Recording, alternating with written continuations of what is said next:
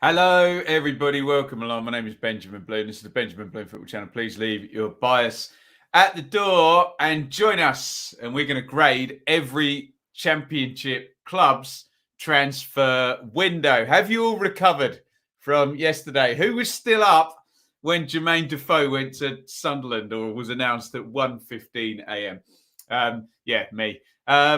So thank you, everybody who joined me at 1 p.m. for the midway stream and 7 p.m. Really enjoyed it. Really eventful day. Plenty to talk about. Now, with these grading videos, I normally do them on my own, but we're going to throw it out to you guys to have your input. I will have the final say, of course, but really want to get into this. So we're going to use the old tier maker there to try and figure out how each club has done in the window. Before we do that, can I just quickly appeal? Give me the thumbs up on YouTube, particularly, or Twitter or Facebook if you're watching over there. Try and drive more people to the stream. We're going to go through in alphabetical order, so each club is there. So start having a think. I've got all the deals up, and we can have a bit of debate afterwards, once we've done all the gradings in terms of where we rank everybody. But we need to stay focused for the first part of the show on, did the transfer window for each of these clubs either make the squad worse, have little difference, make it slightly better, were there key signings made, or did it make the squad much better? We can go into debates about wealth distribution, players who are injured, how the squad was before, whether it's enough to do whatever in the title. That's not grading the transfer window. The transfer window is essentially, is the squad better or worse than at the start of the window, etc. So what was done? We're about to get into that. Let's just say some hellos and whatnot in the chat. Jonathan, welcome. Napper's mum, Will, Mr. E, Andy, Serpent's Reign, Amy, Phil. We leave some requests to not talk about Swansea or Derby in there. Lenny, Nick, Eddie, Ewan, Stephen, Saxben. Right, let's get into it. Nice, easy one for us to start on, which I don't know why Birmingham's there first. It should be Barnsley first, who didn't really do a hell of a lot, did they? Williams and Sibic out. Amine Bassi in from Metz on loan. Domingos Kina in from Watford on loan. And he'd been at Fulham. I must confess, I don't know too much about Amine Bassi. But how much impact is he going to have at this stage for Barnsley? The squad now for Barnsley either is or isn't good enough. So in terms of Barnsley, if you want to get your thoughts in, I'm thinking little difference made, really, and they're down at the bottom. Look, I'll happily stand here if that one player or those two players, cause a massive surge for Barnsley. But I think I'm going to have to, unless anyone disagrees massively strongly in the chat, I'm going to throw that one in there and start off with little difference for Barnsley. And I would reiterate, if the squad is good enough, they'll trend upwards. And if it's already not good enough and they're miles behind, then it is what it is. And these two players won't make a grand amount of difference, sadly.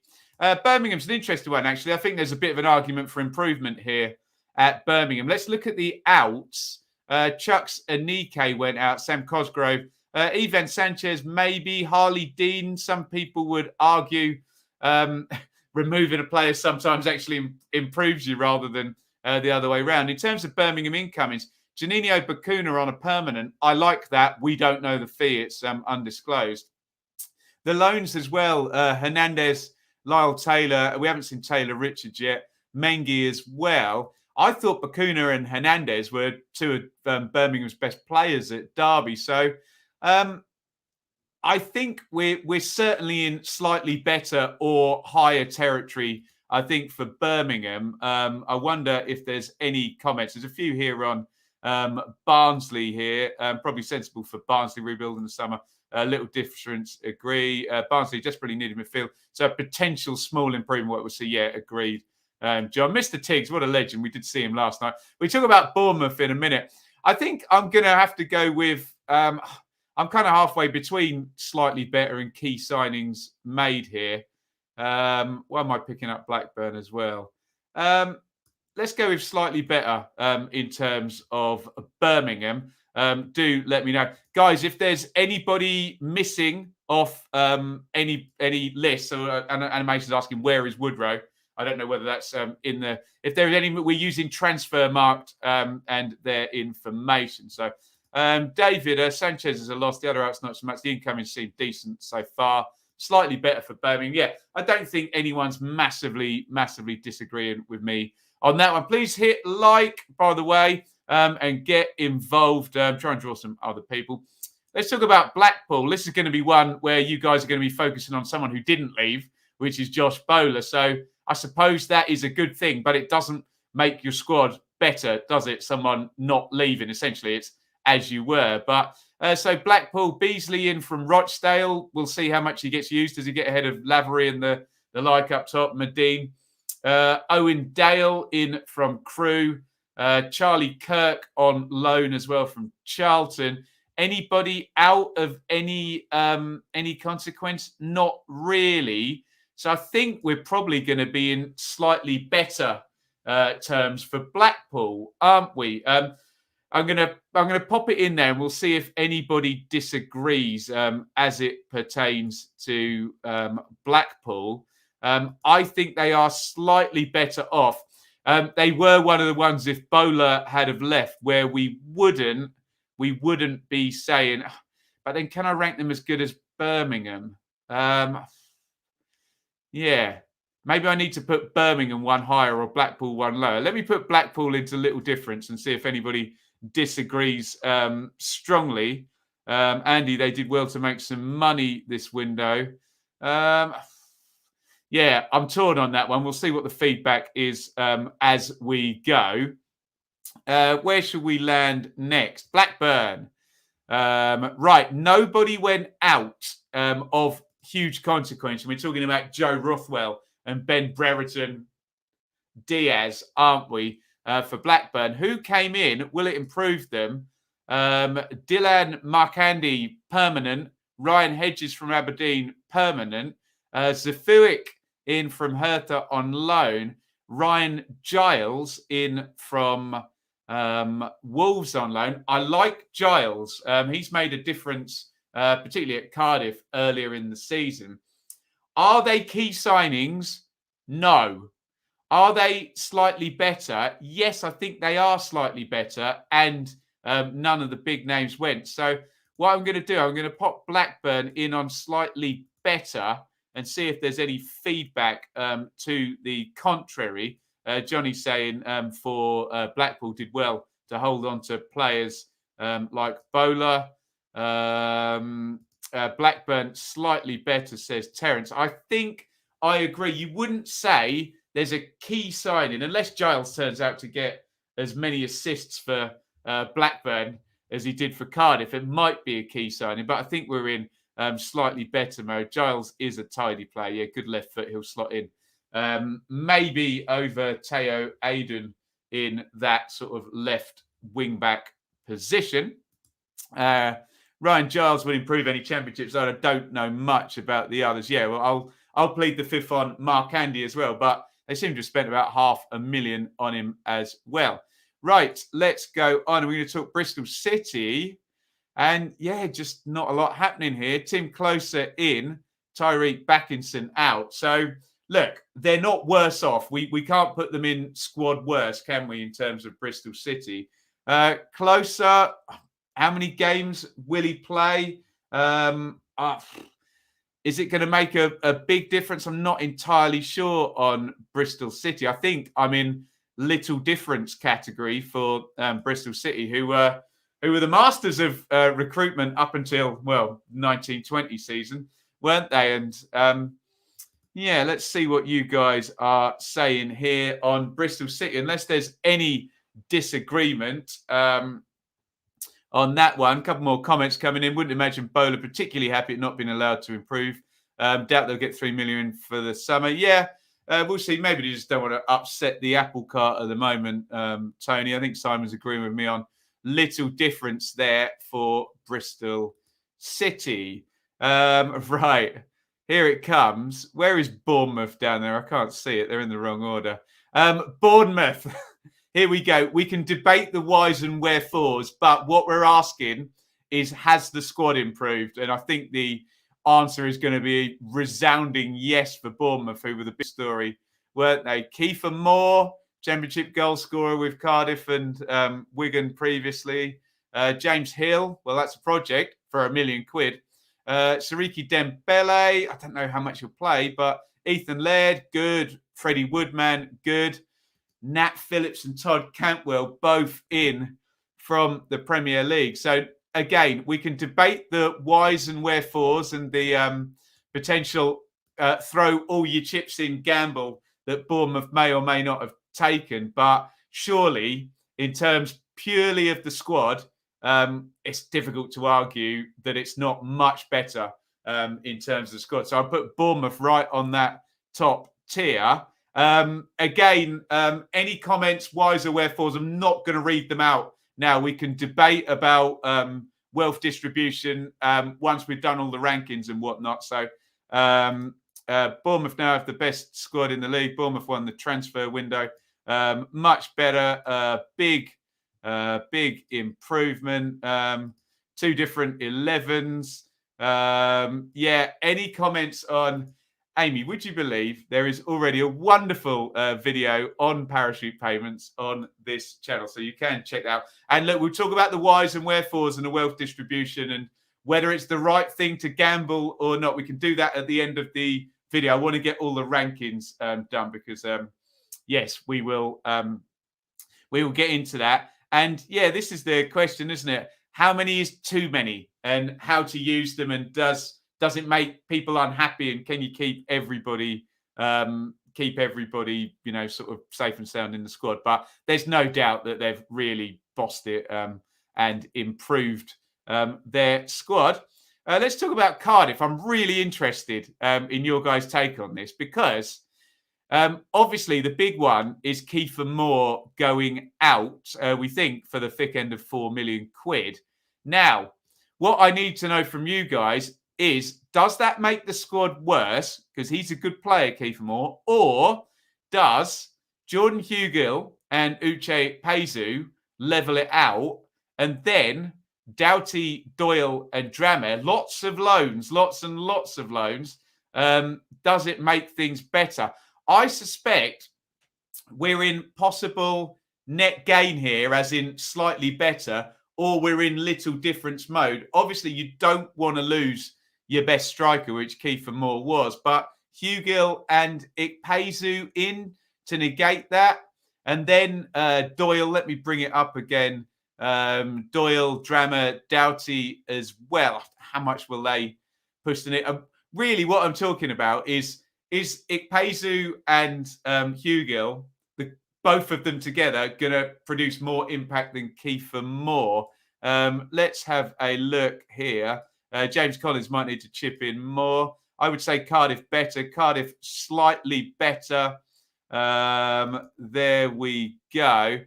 Go on then. I'll go with slightly better. I'll go with the chat then, on the basis that maybe between them, those two players can have a bit more impact, especially down at the bottom of the table.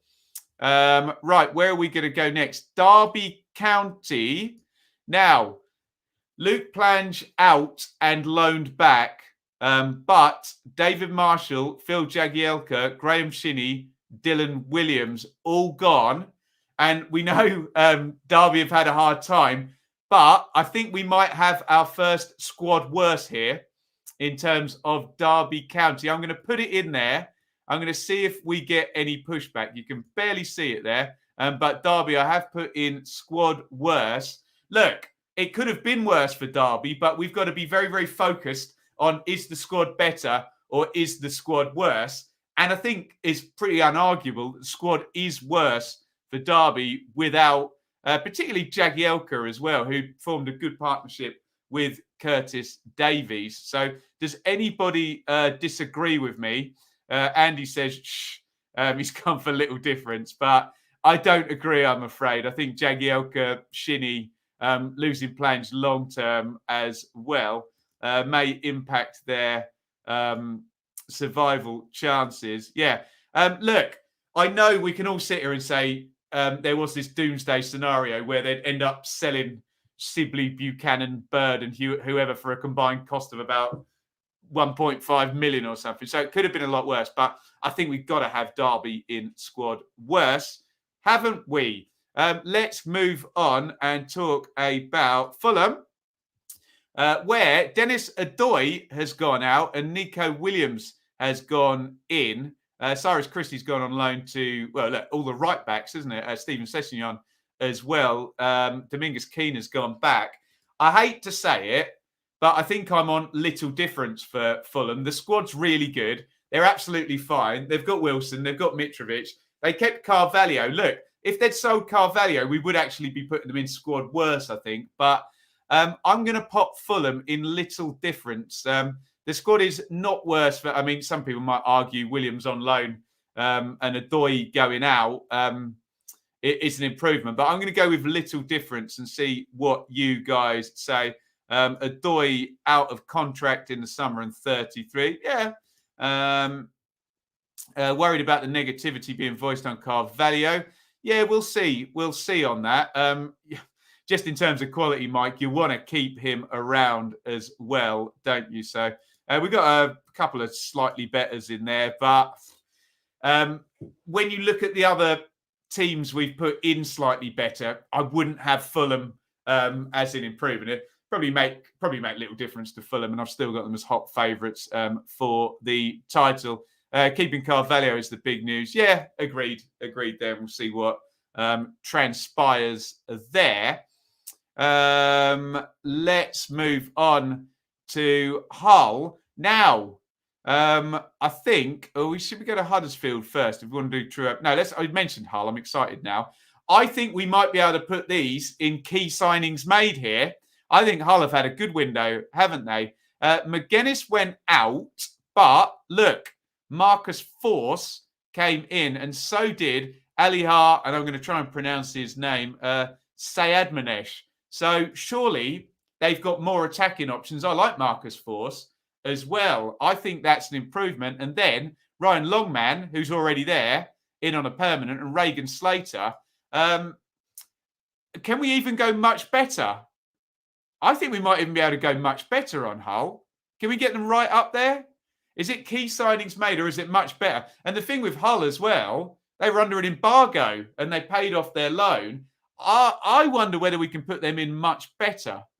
Although there was one already there. Let's see what you guys are saying. Is Hull much better or key signings? Sam says key signings. He's got a Hull badge there, so he probably knows more about it than me. Hull are on the up. Cynic in me thinks Force deal is a sweetener for Brentford to get Keane, Lewis Potter in the summer. Good point. But hey, we'll deal with that then.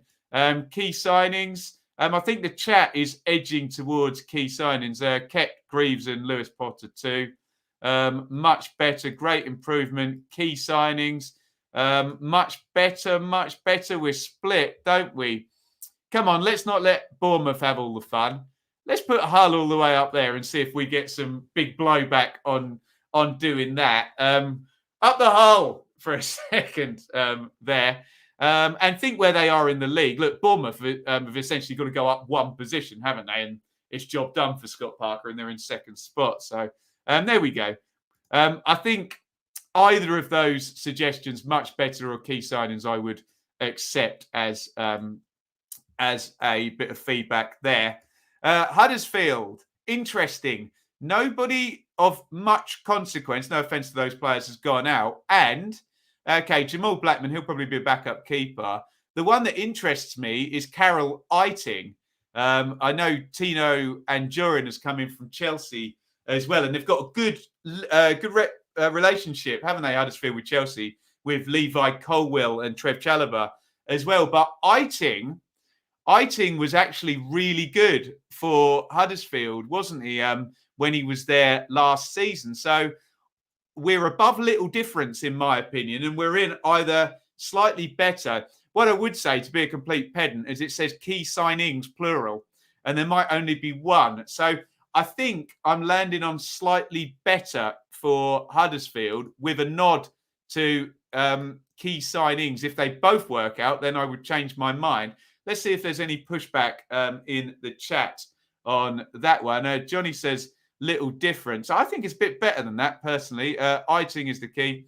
Lad from Chelsea was about to go to Locomotive. Slightly better. Slightly better. Have I missed Coventry? We'll go back and we'll do Coventry. Slightly better. Huddersfield, slightly better. Okay. I think we're generally in agreement. Let's go back to Coventry. My apologies. And talk about them. Jake Bidwell in on a free from Swansea. Will Bapaga, I know that's a loan. Wesley Jabello out. So not much has happened with Coventry and only one player coming in. I have to say, and I'm using Birmingham and Blackburn as my marker, I don't have Coventry's business as good as Birmingham's, I have to say. I like Jake Bidwell, but look, you're bringing in a left wing back. Does that make that much difference? As you think about the key players at Coventry and Hamer and O'Hare and Gyökeres and Godden. I think I'm on little difference for Coventry, I have to say. And don't take that personal, Coventry fans. I think it's a good squad. I think it's a good team. And I think it'll stay a good squad and a good team with a new left wing back in there. I can't have them maybe as good as Birmingham with like a Hernandez and Bacuna, etc. Let's see what the chat says to me. See if they're eviscerating me in the chat there. Anything on Coventry? Good. Thank God. Callum agrees with me, and he's always right about Coventry. So maybe we'll just put that up and we'll go for it. A little difference. Bidwell will do a job, but little difference. Yeah, the team's good at Coventry, and it's a new wing back. Isn't it? Anything more on Coventry? Bidwell is an improvement. Eccles back from injury. Re-emergence of Shipley feels like new. So yeah, agreed. Only one player, but Bidwell is an excellent player. Yeah, you're all good. Look, with Coventry, when we're saying little difference, if it's little difference to Barnsley, that's a bad thing because they're not doing very well. If it's little difference to Coventry, well, that's a good thing, surely, because they are doing good, aren't they? Right, sorry. Some of these badges don't appear to be in necessarily the correct order. Let's talk about Luton. Jed Steer in for Luton. Simon Sluga out. Probably a little upgrade there. I think Steer has got experience, but we're in the same boat, aren't we, in terms of Luton, where I think it's little difference. I think the squad is decent, the team is decent. They did all the good business in the summer. If we were doing this in the summer, Luton might be they'd probably be halfway between key signings made and slightly better, wouldn't they? But I think I've got to put Luton in terms of little difference. They're already... Sorry, let me take a drink, guys. Sorry. They're already functioning well, and it's just kind of like for like with Jed Steer and Sluga, and got the business done early in the summer, didn't they, Luton? So it's little difference to a decent team. Dasher didn't see the value in this window. Keep Adam. Yeah, exactly. It was the last window where Luton did the good business, wouldn't it? Little difference. Luton now shocking, exactly. Yeah, nice and solid, isn't it? For me, Luton, the fee is a big factor. Yeah, they've done really well with their recruitment, Luton. Sluga's kind of the only bust in terms of he was a record signing, wasn't he? So Luton, like Coventry, sensible, keep their powder dry, assess in the summer. They do recruit well, don't they? Again, on Sluga, we can talk about transfer fees, but it's hard to find the evidence, isn't it, in terms of exactly what was spent. So we know Luton don't break the bank. So I think they can probably absorb that, being how decent they've been the past couple of seasons. Right, let's talk about Middlesbrough. I think Middlesbrough is going to be quite high up for most people here. Marcus Brown and Lucas Wing go out. Stojanovic, Coulson, Ikpeazu, Hernandez. Hernandez wasn't theirs to go out. So I don't think too much harm done. And they've gone for it a bit, haven't they, Middlesbrough? Now, the question I've got for you, are any of these signings key? I think potentially yes. I don't know which one, though. Riley McGree, Birmingham fans like him. Look at that fee, though, if transfer marked is anywhere close, over 3 million quid. Connolly and or Balogun, I think, can make a difference there in terms of Middlesbrough. Neil Taylor, okay. We're in Jake Bidwell territory there, aren't we? But Bidwell's probably better. But I think we're either in slightly better or key signings made. And this is all going to be with the benefit of hindsight. If Balogun scores goals, that will make a big difference to the Borough, won't it? I tell you what I'll do. Unless we get people fervently disagree with me, I'm going to put key signings made in terms of Borough there. But Balogun and Connolly have got to stick the ball in the back of the net, haven't they? Let's dive in here. Slightly better plus, exactly. The strikers they've signed are as much. We'll find out. We'll find out, won't we? Chocolate Fire Guy. Something about Borough recruitment I'm not huge on, but can't give a reason. So I'll accept Wilder's opinion slightly better. Yeah, right. We assume Wilder. We'll take it for granted Chris Wilder knows more about football than the rest of us. But yeah, fair point. David, key signings have been made as we needed forwards. They've got to stick the ball in the net, else we'll be saying it didn't make the difference. McGree and Balogun. Yeah, the Birmingham fans liked McGree, isn't it? They've gone for it indeed. Has Luke Freeman gone to Millwall? Has that actually gone through? Someone can tell me about that. Only slightly improved. Yeah, we just don't know, do we? And I'm assuming they're going to be key signings, but hey, this is all part of the fun and games. Right, Millwall. I haven't got Luke Freeman going to Millwall there. Has that been announced, anybody, or is someone ribbing me in the comments? What we do know is that Ollie Burke went into Millwall, didn't he? Let me just click. Sorry if there's nothing doing to that. Millwall FC. I see nothing on Luke Freeman there. So maybe I'm being led up the garden path. So Ollie Burke. I know the Blades fans aren't massively fond of him, are they? So I might have to chuck Millwall in little difference. Well, you tell me in the chat, does Ollie Burke alone make Millwall squad slightly? I know they didn't sell Jed Wallace, but that doesn't make anything better or worse, does it? I'm going to put Millwall in little difference, I think, unless Ollie Burke tears things up on his own. Let's see what you guys are saying in the chat. Slightly worse, not a fan of Burke. Slightly better. Ollie Burke is the most indifferent player. Why did Millwall turn down an offer? You'd have to ask them. Squad worse as Ben Thompson has gone. Does Ollie Burke rule that one out? Interesting. Weaker. At least they kept Jed. Burke was poor for Albion. Interesting. A lot of people are saying worse for Millwall in terms of Thompson going out and Burke not adding anything. Am I putting them down there? Let's see if we get any horrible blowback there, and see if anyone disagrees. Squad worse without Ben Thompson, the chat are telling me. So there we go. Right, Nottingham Forest. I think they're going to chart quite high up, aren't they?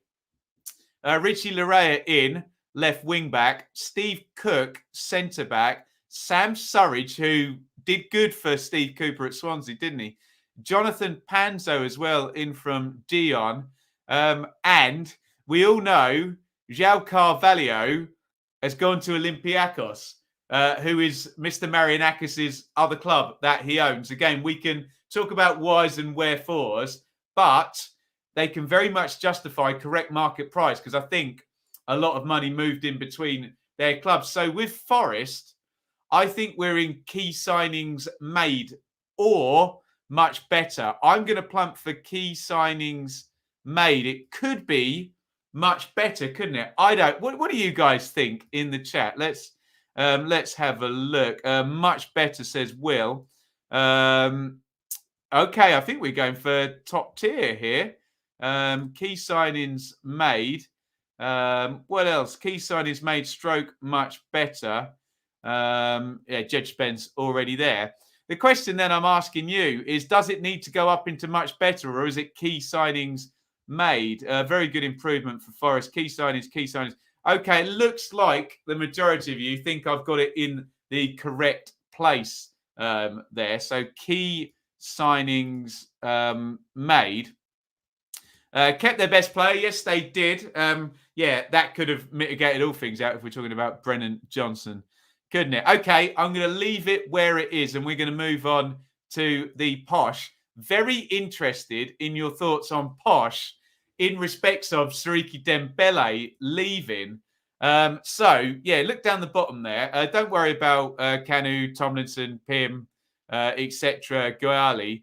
How much does Siriki Dembele going to Bournemouth weaken the Posh?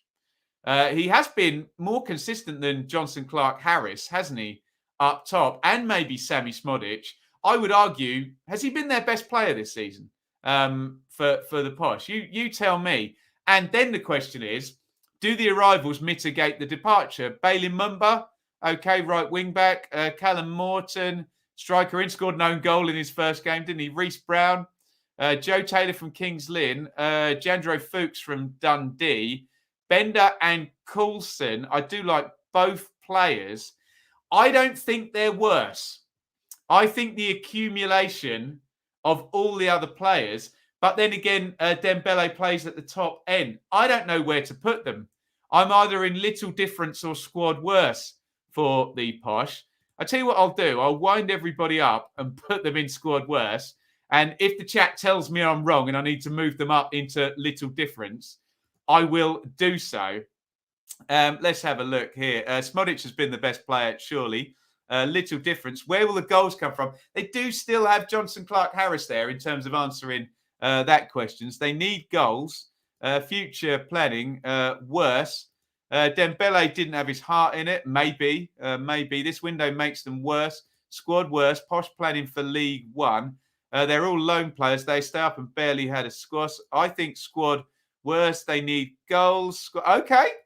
The chat has spoken. I'm going to leave it where it is. Sean disagrees. He thinks little difference. I think the majority, maybe with my confirmation bias here, supposed to leave my bias at the door, aren't I? Pops them in squad worse. Worth. There you go. We have to have some in the bottom tier for just to generate the debate, don't we? Preston. Out goes Connor Wickham. Well, that makes no difference. And some players out on loan that they didn't need. Cameron Archer. Bambo Diaby. That's an interesting gamble, that. So, really, they've not lost out. What does Cameron Archer bring Preston in terms of up top? I know he already scored, didn't he, in on loan from the Villa. Are we in slightly better mode or are we in little difference mode? Basically, Bambo Diaby's a gamble. You know, will they get him on the pitch? Is he fit, etc.? Let me put it this way. If Cameron Archer scores over 5 goals between now and the end of the season and Bambo Diaby plays over 8 games, I'd put them in slightly better. If not, I'm kind of in little difference for Preston. But I will defer to the chat again. This is good. I don't get pilloried for the decision. I can blame it all on the chat here. What do you think? A little different, slightly better. Archer is a top signing, a little difference, slightly better. Preston have improved numbers. Alistair, realistically, little difference, but sets us up for a massive summer. Diaby's been training with us since November. Okay, so I may be wrong about his fitness then if he's been training, but we know he needs matches. To an outsider, seems little difference. Little difference, slightly better. Again, I'm going to use Birmingham, Blackburn, Cardiff as a barometer. I think I need to see two players who I think are going to make a difference. And I think Archer will. I'm not sure about Bambo Diaby. So, sorry, they're right on the cusp, aren't they? We've had a few that have been right in between. So, sorry, Preston fans. I'm going to leave you right there. Let's talk about Reading, who could do precious little, frankly, in their current circumstances. They've brought in Carl Hein, who's a keeper on loan from Arsenal. He's only 19, so I assume he's back up for Southwood. And they've swapped Tom Ince for Liam Moore. Now, this is very interesting because is Liam Moore now a malcontent, and that actually makes things better not having him there? But ultimately, does even a malcontent leaving make the squad worse? And does Tom Ince equal out Liam Moore? Tom Ince has flattered to deceive at many clubs. So I think we're either in little difference or squad worse here in terms of Reading, aren't we? Is it worse? I'm not sure it can be worse. Liam Moore wasn't particularly... Do you know what I'm going to do? I'm going to pop Reading in little difference and see what the chat says in terms of it actually making things worse. Don't tell Diaby you won't make a difference. His arms are bigger than Blackpool. Yes, he is. Right, squad's worse. Ince makes no difference. They don't look a happy bunch. Little difference, little difference. Yeah, please hit that like button as well and subscribe if you are new around here. There we go. Sorry, I need a decision here on Reading, don't I? Reading much worse. Little difference. They'll go down if Derby continue current momentum. Yeah, I suppose if both Derby... No, we put Derby as squad worse, haven't we? Little difference, little difference. I'm going to leave it at little difference. I don't think... I mean, look, we all know about Reading. It was all about keeping Swift there, and then can they get Swift, Maite, Zhao, Ejaria all on the pitch for 75% of the games? It'd probably be all right if they do that. So I'm going to leave. I'm happy with that. I'm going to leave that at little difference. Right, here's Sheffield United, the Blades. Adam Davies in goal. That's probably an upgrade. Charlie Good in, and Daniel Jebison in returning. Let's not count Daniel Jebison. No, we can count Daniel Jebison because it could improve the squad. Ollie Burke, Lys Mousset out, Adeline Guediura released. So we're either in little difference or slightly better for Sheffield United. And again, if I'm using Birmingham, Blackburn, Cardiff, etc., Huddersfield as a barometer, I don't think United's business is as good as those clubs, I have to say. Okay, Davies over Fotheringham, maybe. Charlie Good, yeah, we're not 100% sure on Charlie Good. I think he's only played 8 championship games, even though he's at a Premier League club. I'll tell you what I'll do. Let's stick Blades in little difference and see if you guys fervently disagree. We would frankly expect most clubs to have little difference, especially in a January window as well. What have we got here? Slightly better. Got rid of Deadwood, kept Morgan Gibbs, White recalled Jebison. Little difference, no change. Liam, none of our releases play at all. 100 grand a week off the wage, but that's good news in terms of the balance sheet, Liam. I do agree. Doesn't improve the squad though. Even probably doesn't make it worse either. Good and Jebison will take a degree of time. Little difference plus, yeah, exactly. In there, little difference. Don't worry if I haven't gone in alphabetical order on anyone. We will get to every single club. I'm going to leave Blades there. I'm happy with that. Josh would go slightly better. Nick would go little difference, unless they do a Villa, if they won't, in terms of gambling. it's going to be a long rebuild. Right, let's calm the chat down and put QPR up next. QPR are fourth in the table, of course, aren't they?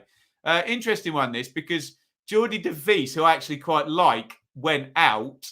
David Marshall is a short-termer. Dion Sanderson and Jeff Hendrick in. I like all three of those signings, actually. I think I'm erring towards slightly better for QPR. I do like de Vries, but then if you're bringing in Dion Sanderson, that improves things. I think David Marshall is a good guy to have around, even if ultimately Dieng comes in. And I have to say, I think Hendrick might play. So I think we might be in slightly better for QPR. I'm going to put it there. We'll stick it in slightly better.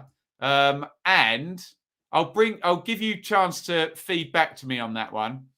So look, yeah, de Vries I liked, but I think Sanderson mitigates that. And then I think Marshall's good to have around, and I think Hendrick might play. So I'm going to put slightly better and get some feedback from you guys. Johnny says slightly better. Sam says slightly better. 3 good signings will make a good impact.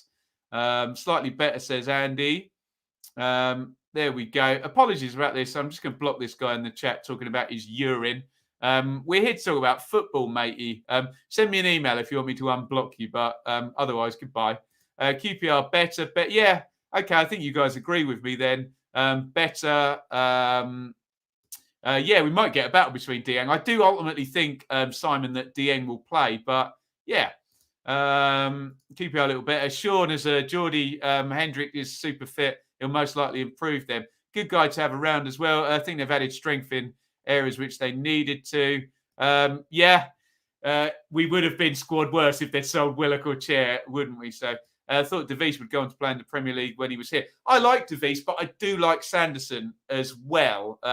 And maybe you can still put Dunn or Dickey in that middle position that de Vries used to play, and Sanderson can play to the right of the back three. Jack, good signings for QPR. I think they could go up. Right, Stoke. Is that alphabetically right? I think I'm quite positive about Stoke. I'm going to tell you already before we even start.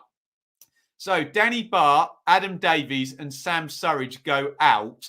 Now, whilst I acknowledge they are good players, I don't think Stoke will miss them massively. And we know Stoke have had a big squad and a big churn, haven't they? Now, what I do like, Phil Jagielka, that was a good pickup. Okay, maybe short term. Derby will miss him. Lewis Baker might turn out to be a nice bit of it. I think he might play a lot of games, actually, Baker. Taylor Harwood-Bellis, I like. Jaden Philogene Bidas, I was just saying to my boss at Football 365 who supports Stoke, he'll probably decimate 2 teams this season. I don't know which 2 and when it will happen. He's just got that air about him of an inconsistent winger. But, hey-ho. Josh Madger, interesting. Does that mitigate Surridge? And Liam Moore wanted out of Reading. And, hey, if they can pick up the wage. I'm going to put Stoke in key signings made. You just watch me. And I think the argument, I'm not putting them in much better. I think the argument is, do they drop down into slightly better? I don't think they do. I like the Stoke business. Change my mind, you lot, in the chat. And we'll see what you think. Jag for free, hate it. Yeah, it's a good pickup, isn't it? I promised myself I'd keep up. This is showing me how hopelessly fail. Well, you're always welcome here, you Leeds fans. Stephen's gone for Key. Yeah, he agrees with me. Best window of any clubs. I don't agree with that, but I think it's a positive one. Joseph, key signings made. Someone will be busy. Agree with Key. Agree. Key signings plus. Yeah, maybe just possibly below Hull and Bournemouth in terms of improving their squad. Remember, we're not saying that the players Hull have signed are better than the players Stoke have signed. We're saying the players Hull have signed will improve Hull more than the players Stoke have signed will improve Stoke. The expectations are different. I think that makes some sense. Moore and Jagielka I like. Harwood, Bellis and Magic could be really good. Bacon, not sure. Yeah, agreed. Key signings made. Baker's been class. Philogene Bidas, he's going to be a fun one. He'll either tear it up and be a Premier League player or he'll be one of these inconsistent wingers, won't he? Stoke, very good improvement. Moore had gone stale, could be past his best. Tom Key, but could have done with fullbacks. Maybe he'll stick one of these wing guys in a wing. No, he's gone to back four in the last game, hasn't he? Josh Madger's signing is fantastic. Very jealous Swansea fan. Good signings for Stoke, but a long way off being a promotion side. Certainly an automatic promotion side. Jack, I agree with you on that. Right, let's talk about the Swans, because I think their fans were a bit unhappy about this window. Nathaniel Ogbeta, who Russ Martin will know from League One last season, has come in. Andy Fisher, who Russ Martin will know very well from MK, has come in. Finley Burns, Hannes Wolf and Cyrus Christie. Now, Christie will improve that team. Wolf, if he gets going, will. Look, these Man City, Chelsea and Liverpool players are often good. And he knows Fisher. So I think we're above little difference here. However, Bidwell, the other players I don't think make much difference. Ethan Laird. So I'm kind of halfway between slightly better and little difference here with Swansea on the basis that Laird was good. Bidwell, Martin didn't fancy. And can he get Patterson back in? I'll tell you what I'm going to do. I'm going to put Swansea in slightly better. And I think you persuade me that it's not little difference. Yeah? Let's make that the dynamic for the Swans. Let's have a look here. We need a separate section for our window. Shocking. Oh, maybe I've got them way too high here. Owners rejected the chance. Well, let's not talk about players who didn't arrive, because that makes no difference to the squad being better or worse, does it? We'll talk about the players who did or arrive or leave. Swans, but interesting. Okay. Squad worse. Swans fan. Okay. I think I'm going to have to move it down, aren't I? Really disappointing. Losing Laird, hurt, little different. Right, okay. You guys have debunked my view. I'll put them in little difference now, and we'll see if I'm going from little difference to squad worse. I still think that a couple of those players might improve things. Remember, Laird was only a loan anyway. What if Wolf gets going?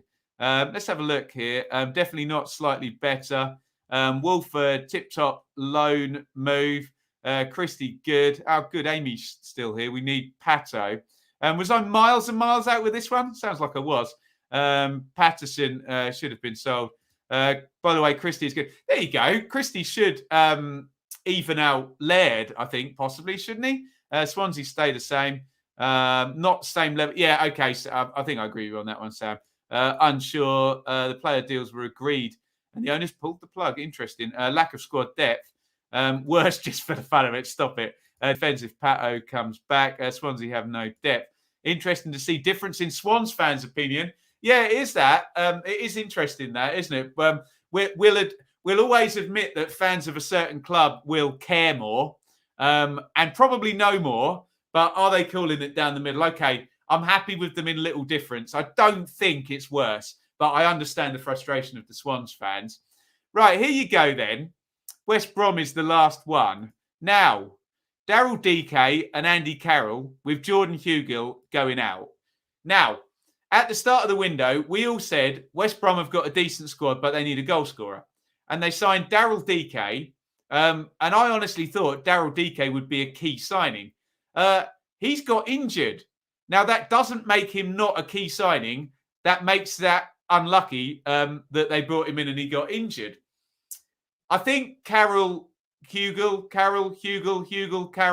much difference? I don't know.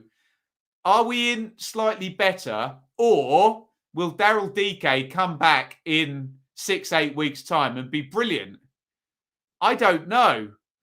Daryl DK is probably the most expensive player who's gone anywhere in the window. Look, Transfermarkt reckon nearly 8 million quid there. Remember, it's a year one parachute team, so they can probably afford it. But what do you think on West Brom? We can't say a signing is a bad signing because we know with hindsight that they went and got injured. That feels a bit unfair to West Brom, doesn't it? So, I don't know. Slightly better, or will Daryl DK still be a key signing? Unless DK gets fit quick, there's little difference. West Brom the same, little difference or slightly better.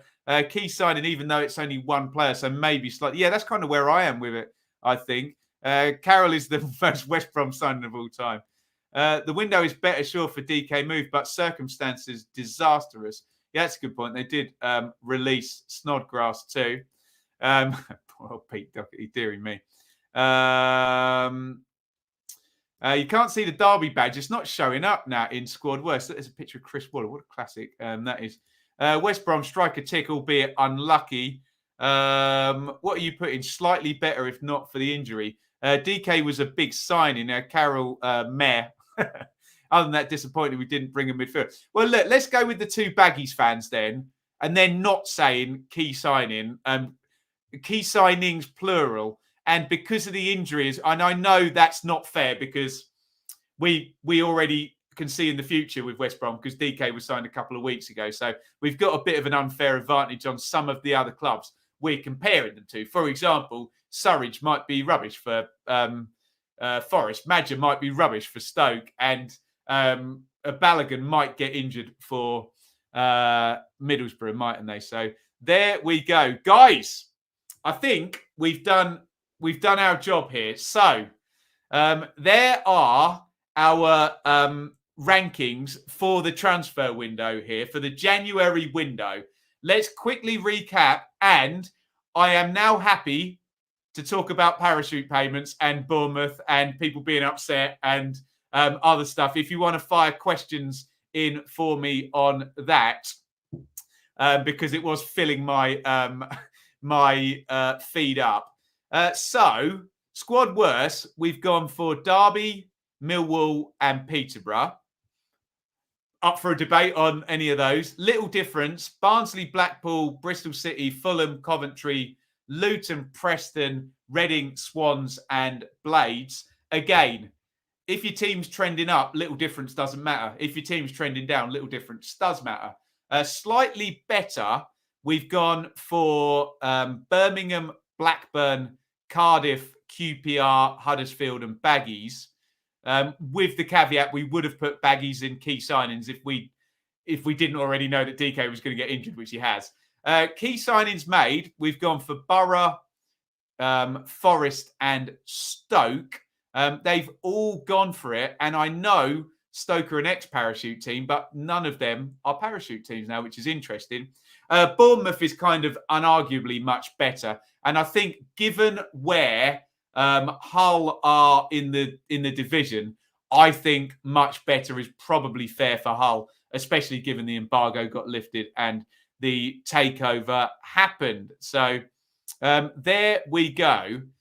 Let me talk for a minute about Bournemouth before I take any questions, okay? Because I've seen a very upset reaction to Bournemouth going for it in this transfer window.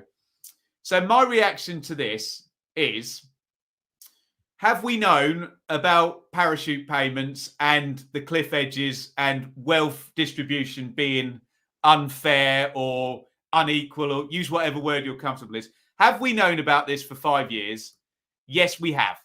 Since FFP came in 15-16 and parachute payments shrunk to 3 years in 14-15, as well as the Premier League TV money going up, we've known that there are cliff edges and some clubs get a lot more money than others and they're allowed to spend it in FFP. We've known about that for a long time. This is not new. This has been going on for years. And I think ultimately we're on a slow road to it perhaps being resolved. Is that Bournemouth's fault? No. Okay. So anything that gets said is probably more a dig at the system that Bournemouth have to operate in, and Fulham in the summer. You know, Fulham took Wilson, didn't they? And lots of people were outraged and upset about that. So are Bournemouth the spawn of all evil? No, of course they're not. It's the system that has a problem that does seem to kind of help out certain teams that may have perhaps an unequal wealth distribution that we've talked about. I think there's two questions that are far more pertinent. One is it the right thing to do for Bournemouth to gamble? Are they doing the right thing? Is it reckless? And I think the other question is, would you do the same thing if you were Bournemouth. And I think a lot of people would answer, if you were Bournemouth and you'd come down, cleared the decks, sold Ake, Wilson, Ramsdale, bought in. Sorry, no, it already sold Ramsdale. Sorry, Sheffield United, wasn't it? Sorry, Ake, Wilson. There was one more last year that went for a big fee as well, a really big fee. I can't quite remember who it was, but Bournemouth raised a lot of money. But we also know that Bournemouth had some historical money problems from the Premier League era. And we also know that in Bournemouth's last set of accounts, they lost £60 million. Okay. So Bournemouth are not financially stable, even with having parachute payments. And of course, then you have to throw in the caveat, COVID. Yeah, we get it. Although, again, then I've seen people arguing Bournemouth have a small stadium and they don't make much in terms of gate receipts or commercials. So if the question is, were I in Bournemouth shoes, would I gamble now? I think a lot of people would say, yes, now is the time to go for it. And why not gamble earlier? Well, Eddie Howe went out and Jason Tindall came in. Would you gamble with Jason Tindall or Jonathan Woodgate? Probably not. Did they have to clear the decks first? Yes. Would you rather gamble against Norwich and Watford last season or Fulham and knowing that Sheffield United are halfway down the table this season? Would you rather gamble with Scott Parker? They've also given Scott Parker 6 months. So, look, we all know every gamble is a gamble. Yeah? Bournemouth are perhaps, let me give a football betting analogy. Bournemouth are not gambling on a 3-3 draw. They're not. That's 30-1 or whatever in the odds. Bournemouth are gambling. They are 1-0 up with 20 minutes to go. That's the gamble Bournemouth are taking. They're third in the league and Blackburn have got less resources than them and QPR have got less resources with them. So, yes, it is absolutely a gamble that Bournemouth are now taking. I've seen a lot of people, Bournemouth fans, and look, I understand Bournemouth fans being defensive because a lot of people, and hopefully I'm being level-headed about this, a lot of people have been a lot less level-headed than me and they're screaming and shouting about everything. It's not Bournemouth's fault that parachute payments are what they are. And it's not Bournemouth's fault that the system's skewed. The argument I've seen back from Bournemouth fans, which I actually don't agree with, is, oh, we've sold lots and lots of players. Yes, Bournemouth have sold lots and lots of players, but they made a 60 million loss last year. And I believe the last 2 years in the Premier League, they made losses as well. So Bournemouth are off the back of 3 historical years and 60 million quid losses. So even if Arnaut Danjuma did cost 25 million quid for Villarreal, by the way, he's on a 5.5-year contract or 4.5-year contract. So that's not 25 million quid in the bank straight away. That'll probably be paid over 5 years. It's not fair. And I understand why the Bournemouth fans are doing it at the moment. It's not fair to argue back, oh, we sold Danjuma, that covers the cost. No, it doesn't really when you lost 60 million quid last year. This is still a gamble. Is it a calculated gamble? Will it work? I don't know. This is the problem with the system in the Championship. If Bournemouth get promoted, the gamble pays off. Boom. 100 million quid TV money next year. 2 years parachute payments. Even if they come down, that's 175 million. If the TV contract's going up, which probably will, 180 million. Bish, bash, bosh. Bob's your uncle, isn't it? So we're in this horrible situation with wealth and gambling in the Championship. And it is a gamble. Any transfer is a gamble. No one's piling in on Bournemouth. It may turn out to be the best gamble they ever take. And they may get promoted this year and be in the Premier League for 15 years in a row. And off they go into paradise and become one of the world's richest clubs, like any club is that stays in the Premier League. Of course, there is the doomsday scenario. And certain teams that have lost in the playoff final will tell you all about the doomsday scenario because Sheffield Wednesday were in the playoff final in 2016. If they had have won that game, they would probably not be in League One now and broke. Reading were in the playoff final in 2017. They lost on penalties. If they had won that game, they would probably not be suffering for FFP and in a relegation fight. Incredibly, Aston Villa and Derby, and this is just insane, isn't it? Villa and Derby playoff final 2018-19. Villa win. Villa go up, and any losses and whatever that were going to be made that may have been punished the next season doesn't matter. Out of jurisdiction, 100 million quid.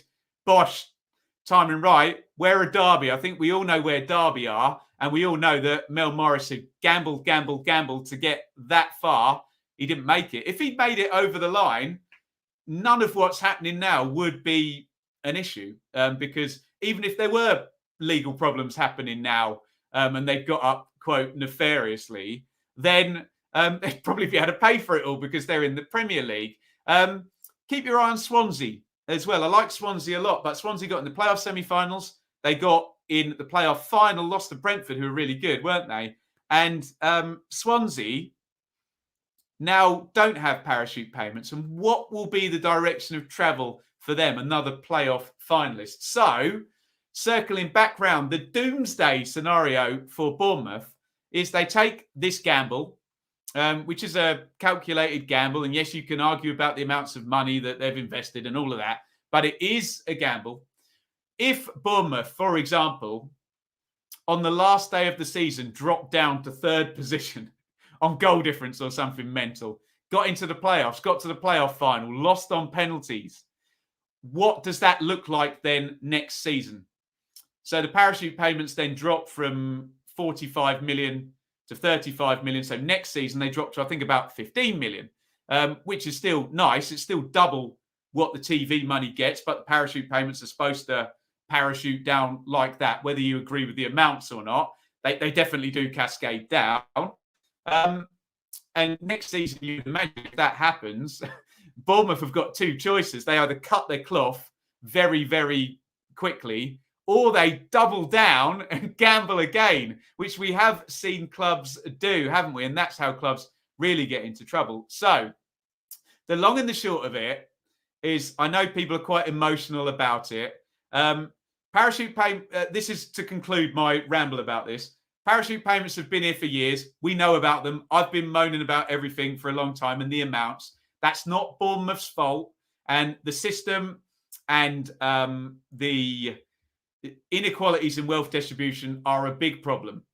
Okay. And no, the answer is not remove parachute payments, everything done. Yes, that will even up the championship, but it just moves the cliff edge back up into the Premier League and you'll find another problem there will arise. So there needs to be a cascade effect. We've talked about this loads on the channel. I won't bore you. None of those things are Bournemouth's fault. Okay, so the system that Bournemouth are working in means they've gone for this gamble. And a lot of people in the same position would do the same thing, I suspect. And is it a wise gamble or a very foolhardy gamble? I don't know. And we don't know. If, like Derby, they lose in the playoff final and it all goes to hell in a handbasket down the line. And I'm not saying Bournemouth have done any impropriety or whatever. I'm just giving, okay, let's use a different example. Like Sheffield Wednesday and lose in the playoff final, then you don't know what's coming down the pipeline. So this is the situation. And we're always going to go back to, we're in a bit of a broken system where there's mass gaps in wealth distribution. And it's not just in the Championship, by the way, from Champions League to normal Premier League, from normal Premier League to bottom Premier League, from bottom Premier League to parachute, from parachute to year 3 parachute, to year 3 parachute to everyone else, to Championship, to League One. It doesn't exactly go down equally, put it that way. And there's cliff edges for everybody. And it does strike me the worst cliff edges do seem to be around that bottom of Premier League, parachute, top of Championship. Those are the teams that are in massive financial trouble. Go figure. So there you go. that is the situation with Bournemouth. I understand fans of other clubs being a bit emotional about someone being able to gamble in their club. That's not Bournemouth's fault. Would I take the gamble? Maybe. I don't know. Ramble. Let's have a look at some comments here. The only problem with Bournemouth is the manager. I don't trust Parker's ability. Maybe M97. I think he's a better gamble than Woodgate or Tyndall were. So there we go. If we stay with FFP, it needs increasing. It's how everything works together, isn't it, Andy? I would argue that FFP needs to be unilaterally policed and doesn't stop for teams that go up or teams that go down.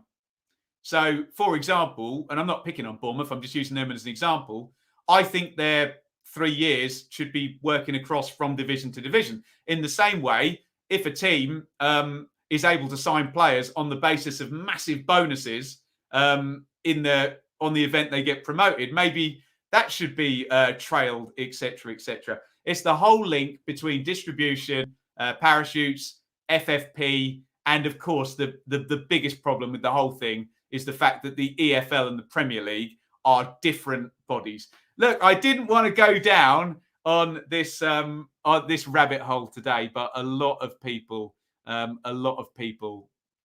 are sort of talking about it here. Sean, seems like Norwich don't overpay players and have a good system in place. Yeah, maybe, yeah.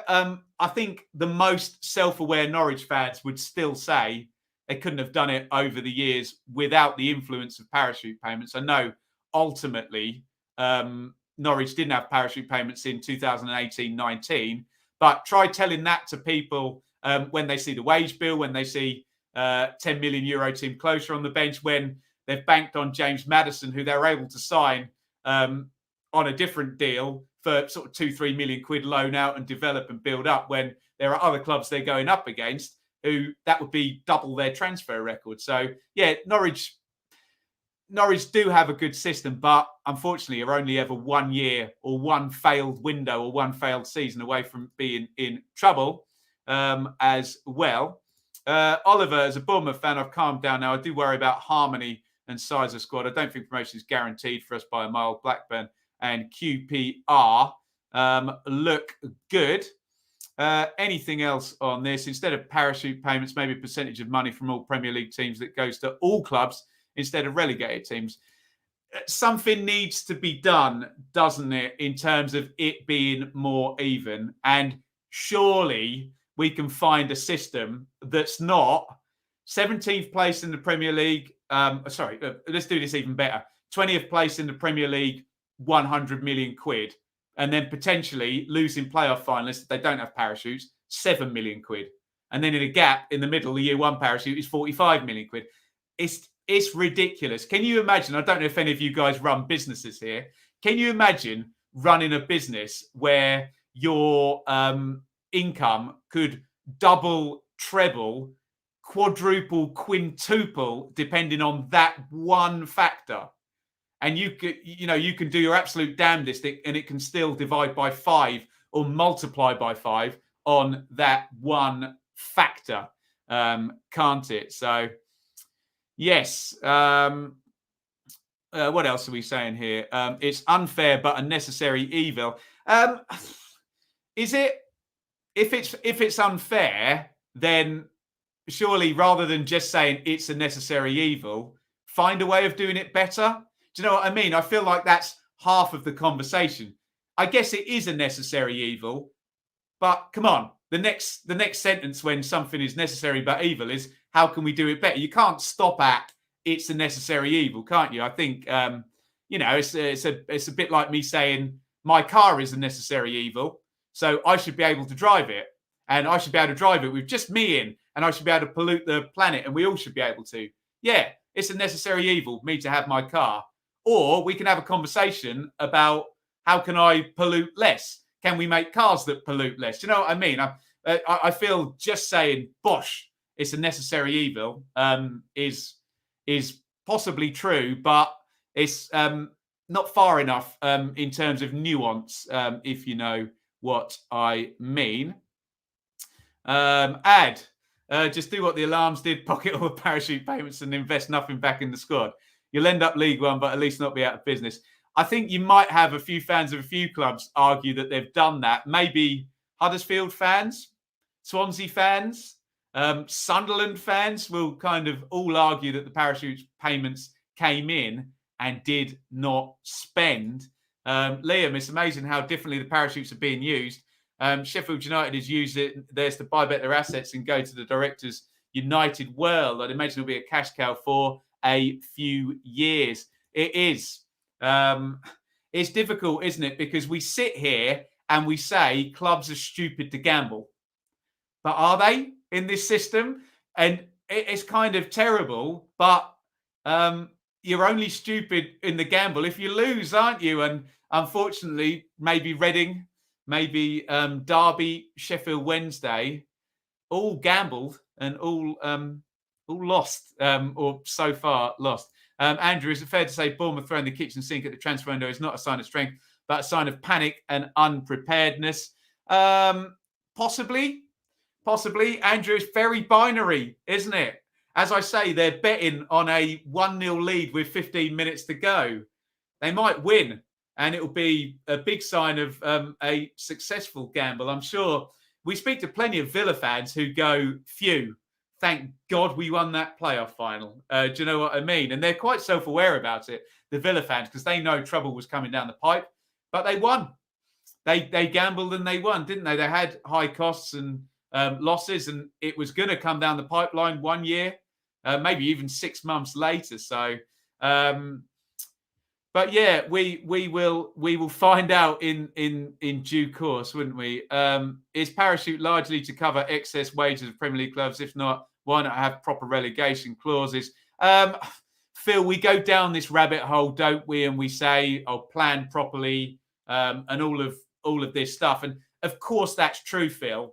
But I feel like we're in a position where the system is so all over the place, where even if you do that, that doesn't solve the problem, doesn't it? I'm sure plenty of the parachute teams would argue they do have the right clauses in, and they did give the right bonuses and cutbacks and all of that. But we're dealing with double, quintuple, quadruple amounts, and it's very, very hard to mitigate from that.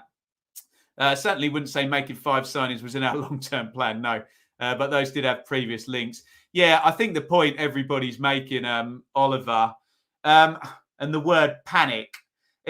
Look, the players may have been identified. They may fit the style and all of that. But I guess it's the amount of players and the timing with 18, 20 games to go, isn't it, that makes people go, look, use whatever word you're comfortable with. I say gamble, and it is a gamble. Any signing is a gamble, isn't it? God, look at my team, Ipswich, finished 5th in the Premier League, gambled on Finidi George and Matteo Serrani, and never quite recovered after a few more things like that.